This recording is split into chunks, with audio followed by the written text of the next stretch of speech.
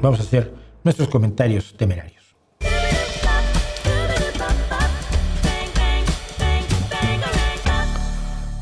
Bueno, como siempre, recuerden ustedes que yo esto no lo hago con intención malévola, pero si usted comenta, usted puede ser comentado.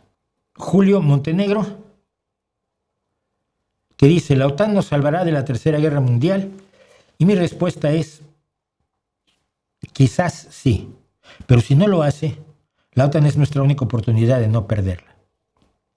Y la gente anti-OTAN quiere que la guerra la ganen Trump, Putin o Xi Jinping. Yo no iría a cenar con ninguno de ellos tres. Así soy yo de raro. Diana. No, esa era Diana del Naranjo, perdón. Me hice un lío, es que la puse 2 veces. Flop Taxi. ¿Cómo es? Flop Taxi 60. Flop Taxi 68, sí. Hay gente en las calles de Irán pidiendo el regreso del Shah. No puede pedir el regreso del Shah porque el Shah murió. De hecho, murió después de su exilio en México. Para un país que ha pasado por tanto, están pidiendo el regreso del hijo del Shah. Para un país que ha pasado por tanto y con una cultura tan antigua y con la tendencia antiislámica que hay en el país y el deseo de revivir la gloria anterior al Islam, una figura simbólica como el Shah podría ser un factor de unidad para el país. Y mi respuesta es, así es, independientemente de lo que fuera su padre, que era una bestia. Y aquí hay que puntualizar. El Shah de Irán, Mohammad Reza Pahlavi, padre del actual Reza Pahlavi, pretendiente al trono de Irán, Mohammad Reza Pahlavi intentó modernizar Irán, pero lo modernizó tanto que emprendió un experimento democrático que ganó como primer ministro un sujeto llamado Mossadegh. Y Mossadegh era un hombre progresista de verdad. Entonces, lo primero que hizo fue nacionalizar el petróleo. Lo siguiente que hizo Estados Unidos fue dar un golpe de Estado con el Shah, apoyar al Shah para darle un golpe de Estado a Mossadegh y reinstalar una monarquía absoluta que se convirtió en una barbaridad con torturas, asesinatos, una policía secreta, la SAVAK. Comentaba yo en el vídeo sobre Irán que la policía secreta cruel, torturadora y brutal del Shah fue sustituida, afortunadamente, por los ayatolas, por unas que en vez de llamarse SAVAK se llama VEVAK, pero hace exactamente lo mismo, tortura y persigue a los disidentes. Entonces el hijo del Shah, Reza Pahlavi, ha estado tratando de ponerse al frente en parte de las movilizaciones, cosa que además no había hecho en las anteriores movilizaciones, debo anotar, y diciendo que él estaría a favor de una monarquía parlamentaria estableciendo una democracia representativa. Es muy difícil que volviera a instalar una monarquía absoluta como la que llegó a tener su padre, pero es comprensible que muchos no vayan a confiar en el hijo de aquella bestia, ¿no? Entonces, así se las dejo. Dice José R. Darmi, aparte de la corrupción tanto en México como en Estados Unidos, es difícil declarar una guerra abierta cuando los muertos de ambos bandos los vas a poner tú como Colombia y México en este momento que no son uno o dos. Y esto lo decía por mi crítica a la representante portavoz de Morena, que dijo que se iba a hacer con la gente, si se acababa el narco, que se hacía con la gente que iba a quedar desempleada, ¿no? Porque el narco es un gran empleador, decía. Mi respuesta es, sí, por eso que los muertos siguen siendo de un solo lado. Los inocentes mexicanos que han muerto por decenas de miles, mientras tú encuentras difícil abordar el problema. Como les dije a tus otros amigos cómplices, luego viene otro, váyanse a la mierda. Y del mismo modo aparece este ciudadano, Isaac the Thunder. ¿Por qué no dan su nombre? ¿Qué le tienen miedo? Que dijo, yo lo entiendo desde la postura crítica. Ole. Hay que planear una forma de garantizar seguridad e integración a las personas que quedan en la nada al combatir el narco. El narco sí es empleador porque son una extensión del capital. Pero no creo que tengan capital, ¿no? Pero en ningún momento vi que los defendiera. Sí los defendió. No la conozco, pero si lo que se discute es lo que dijo, pienso que es un clip sacado de contexto. Alguien más lo citó, TVC Puebla, le dijo: ¿qué vas a hacer con esas personas a las que prometieron dinero y fama que igualmente no tienen esperanza en algún momento? Porque el sistema ha generado que no tengan esperanza. Dice, Puebla es una muestra de claudicación y tolerancia hacia una actividad ilícita que ha reclutado a entre 160,000 y 185,000 personas. Y yo estoy de acuerdo con él. Entonces su respuesta es parte de, pero la mía es un poco más violenta. Digo, claro que sí, anónimo cómplice. Hay que planear una forma de garantizar seguridad e integración a esas personas. Y mientras, dejamos que sigan matando mexicanos y mexicanas inocentes, gente que trabaja, gente que tiene familias, gente que tiene que ponerle un plato de comida enfrente a sus hijos 3 veces al día. Esos no importan, hay que planear para los otros. Esos son víctimas desde siempre. Tienen que seguir siéndolo según ustedes, ¿no? Váyanse a la mierda. Luego dice F rojo HP3FI, un conflicto dentro de la OTAN, el sueño húmedo de Putin. Y mi respuesta es, o no. Una sólida, poderosa y decidida OTAN, aún sin Estados Unidos, no es algo con lo que quiera pelear Putin. La idea, y aquí hago un paréntesis de lo que respondía, sigo con lo que respondí ahora. La práctica salida de Estados Unidos de la OTAN obliga al rearme europeo y le da fuerza a Europa. Si era un intento de debilitar a la OTAN, igual sale peor, porque Putin lo que prefiere tener es una Europa débil. Una Europa como Dinamarca, que tiene 9,000 soldados. No quiere una Europa que le tiene miedo, como le tiene Finlandia, que puede poner 280,000 efectivos en el campo de batalla en cualquier momento. Porque Finlandia lleva toda su historia preparándose contra la invasión soviética, rusa o de lo que sea. Y tiene suministros para un mes para toda la población y tiene la artillería más numerosa de todos los países europeos, 7 de Alemania, de Francia. Nah. La mayor artillería la tiene Finlandia, en atención a que puede ser invadida por Rusia. Si Europa asume la posición de Finlandia, se arma, tiene efectivos que no tienen que estar en activo en el ejército, pero se pueden poner en el campo en cualquier momento. Si tiene armamento, si tiene suministros para resistir un ataque, Putin no tiene con qué atacarla. Así que, repito, una sólida, poderosa y decidida OTAN, aún sin Estados Unidos, no es algo con lo que quiera pelear Putin.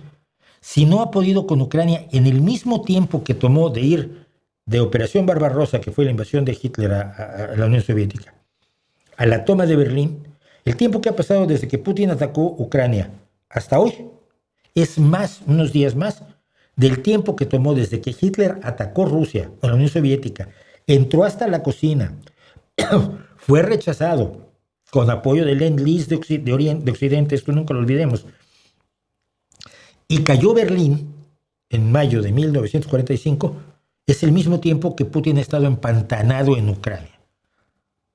Imagínate ahora a ese Putin contra los ejércitos de todos los países europeos. Porque acuérdate, la OTAN no tiene ejército. Lo vuelvo a decir aquí, no tiene avioncitos ni de papel.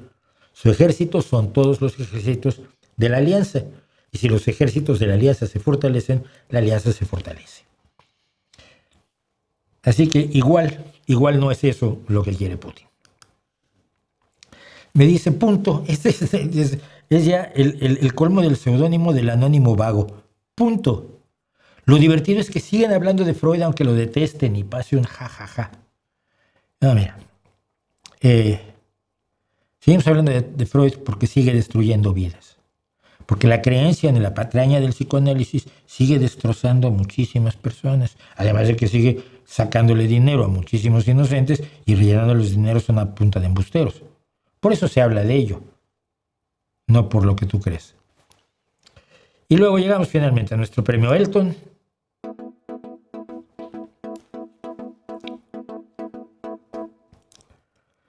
Que está a cargo de Gabriel Mendoza González Ment. Oye, déjale apellidos a los demás, ¿no? Dice, no es censura, pero sí porque es mi canal. No, eso es el video que explicaba yo por qué baneo, borro y elimino gente. Y la gente sigue creyendo que eso es censura porque no sabe lo que es la censura. Le repito, solo los gobiernos pueden censurar, los gobiernos pueden impedirte hablar. Tú puedes decir lo que quieras en tu canal. como puedes decir lo que quieras en tu casa.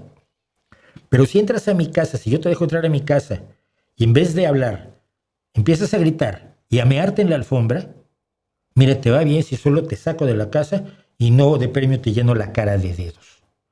Que yo no te deje gritar en mi casa, que yo no te dé mi casa para que tú digas estupideces, no es censura. Es el uso legítimo de mis espacios que mi trabajo me cuestan. Mucha gente viene a decir estupideces aquí porque hay 239,000 suscritos. No los dice en su canal porque no está suscrito ni el gato que tiene hambreado allí en la casa, ni ese se ha suscrito a su canal. Entonces, como quieren que los oigan, vienen aquí a aprovechar lo que yo he hecho y a la gente como ustedes. Me niego y así te quedas.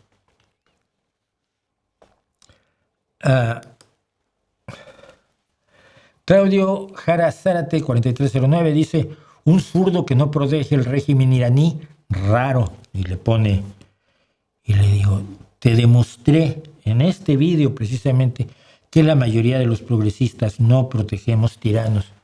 ¿Cuándo vamos a hacer que la gente lo entienda? Ayúdennos que la gente lo entienda.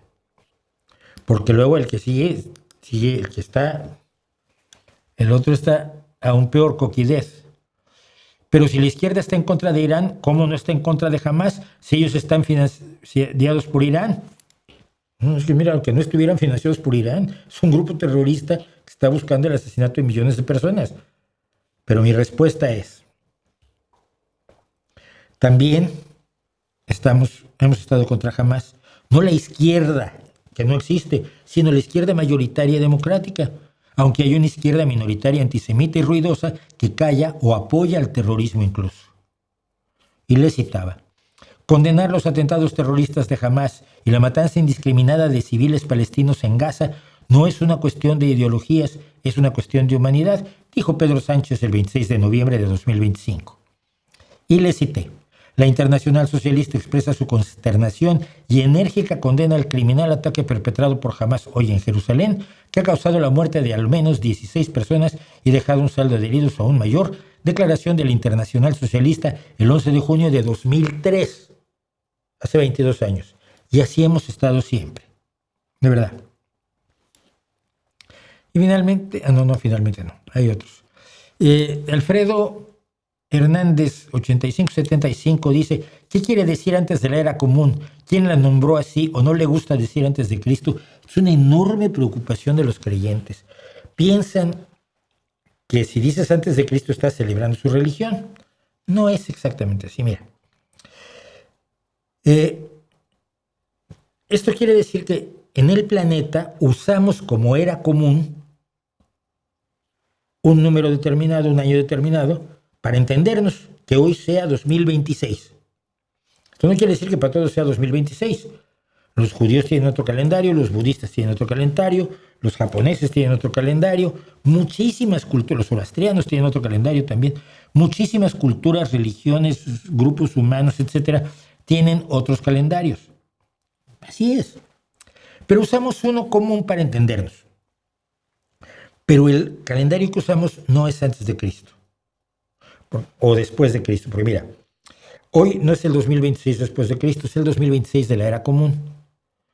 Si Cristo existió, estamos en el 2031, no en el 2026, porque como lo demostramos en el vídeo que hicimos acerca de Dionisio el Exiguo, los cálculos de Dionisio el Exiguo respecto del nacimiento de Cristo están equivocados. Porque según esos cálculos, Herodes murió el año 7 antes de Cristo. Si Herodes persiguió a Cristo, no puede haber estado muerto 7 años antes. Por lo tanto, no, en el 3 o 4 antes de Cristo murió. Si persiguió a Cristo, quiere decir que entonces Cristo debe haber nacido 7 años antes de la fecha que dio ese chiflado, el siglo V. No es que el mundo entero se convirtiera, antes de Cristo, después de Cristo, al momento de la crucifixión. Sí está ocurrido. No fue así. Esto se inventó en el siglo V y se calculó mal. Así que no es después de Cristo ni antes de Cristo, es la era común.